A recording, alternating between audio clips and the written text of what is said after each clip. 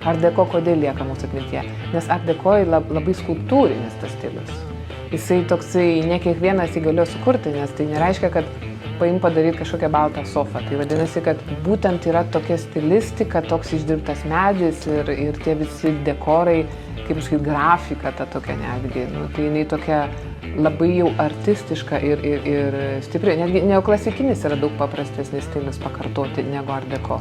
Pamilau Art Deco per jo monumentalumą, kadangi pats irgi skulptorius esu dailės akademijoj baigęs skulptūrą, tai man tas daiktas yra kaip skulptūra, aš žaviuosi juo iš tikrųjų. Tai labai mes panašiai mąstom ir aš labai grožiai vertinu, jūs labai grožiai vertinat ir smagu kalbėtis.